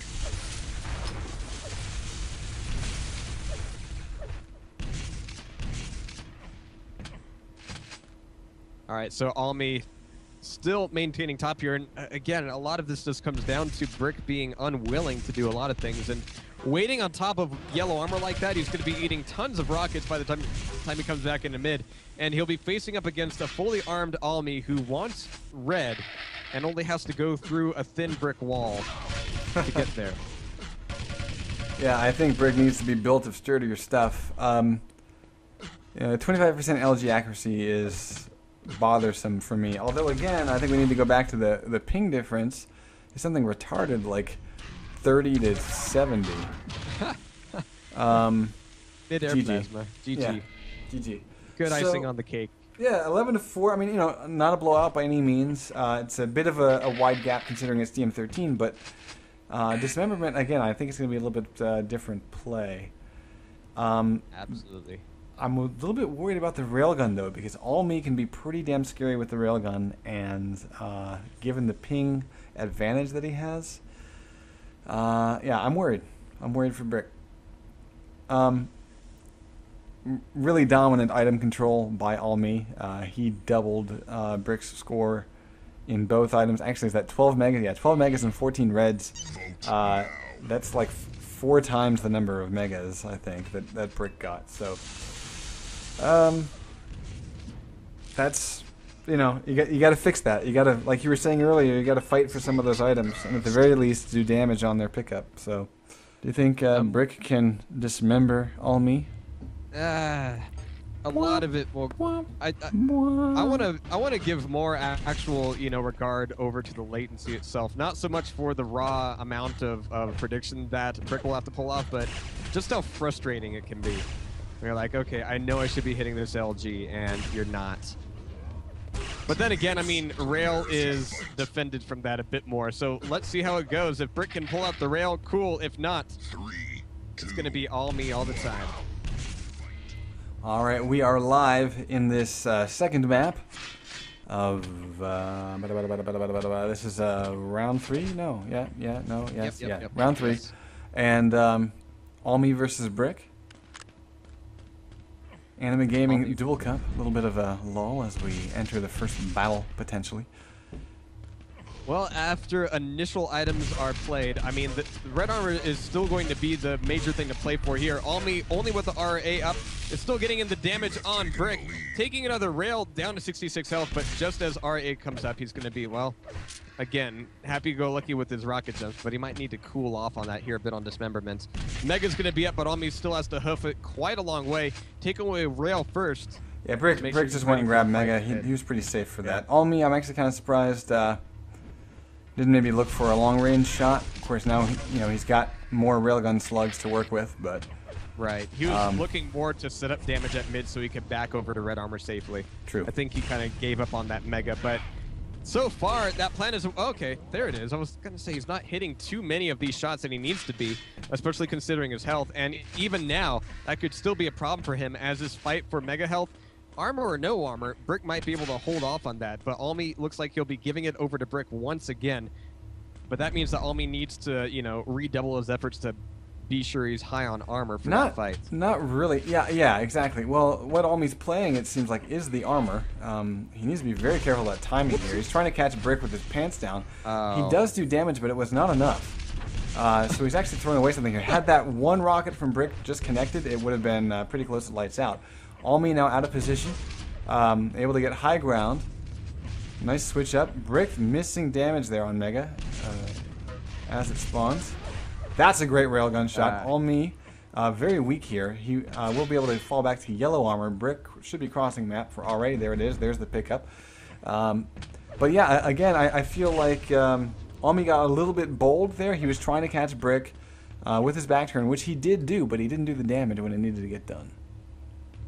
And now that they've had to trade positions a little bit here, I mean, it's a real trade-off for the Mega health. I mean, it's more valuable, but it takes longer to come up. 10 seconds might not seem like a lot, but when you're only dealing with one other yellow armor, that might give Brick all the time in the world to get everything he needs. But look at this. Yellow armor up, red armor just taken, Mega just taken, and Brick misses the shot. And if Almi can capitalize on this Y and do some damage on the exit, that might be enough to win him the next red armor. Yeah, I'm actually kind of rooting for the underdog here. Brick now down by 2 frags. Needs to make something happen. We're about to hit 3 minutes. So, you know, almost a third of the match is gone. I'm going to watch from Brick's point of view.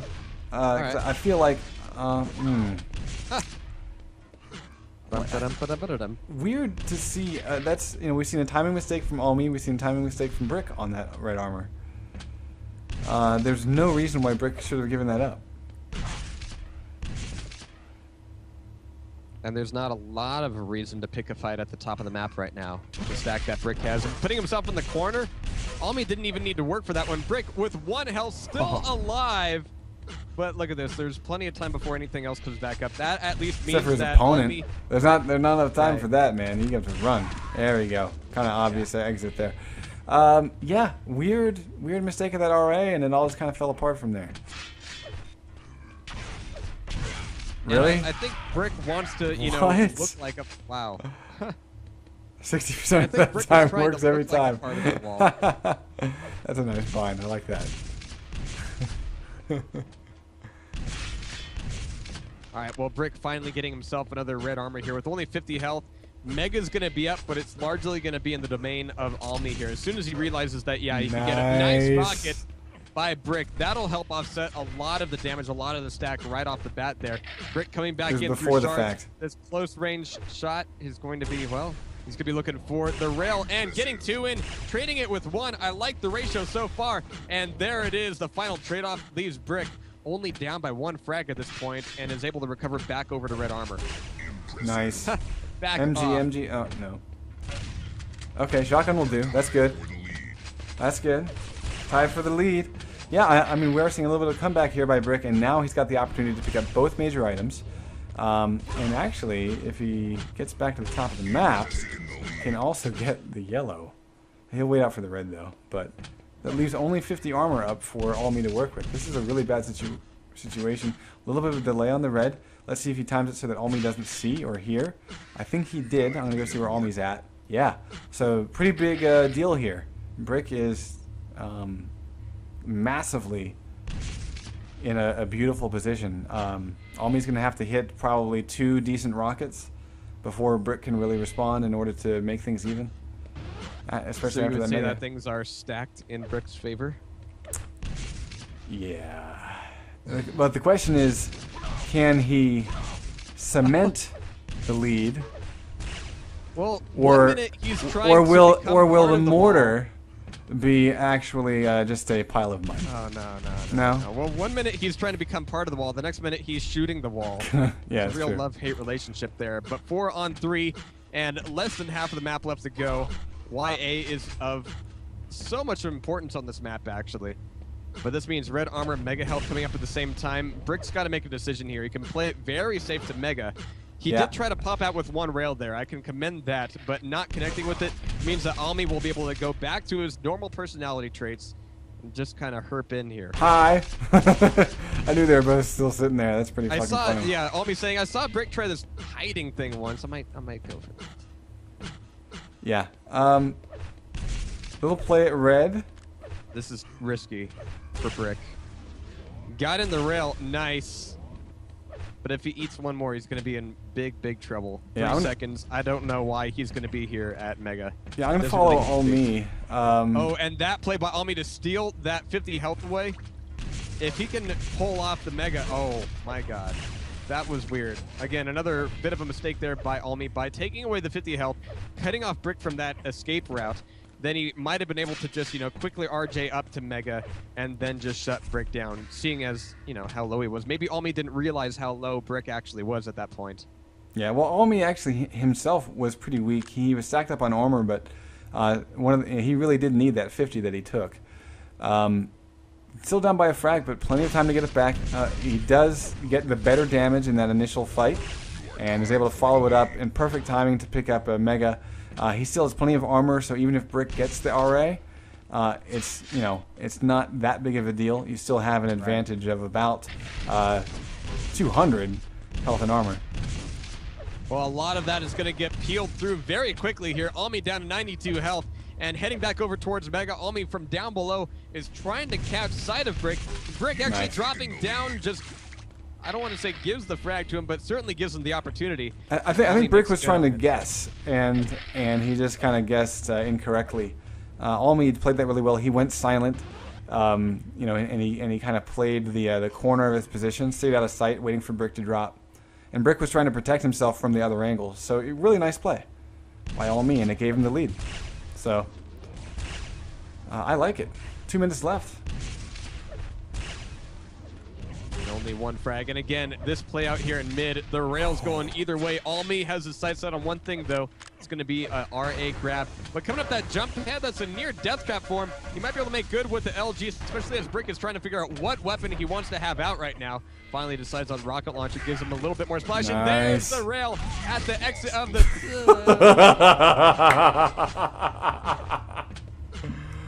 Oh my god, that is fucking priceless. I don't mean to laugh, We want but this oh quick. man, yeah, Brick's laughing at himself. So that's good times right there. Brick's able It to was collect totally RA. tactical. He wanted to respawn over red armor. Totally tactical. Yeah. Playing the spawns, playing the timing. Because Brick is so meta like that.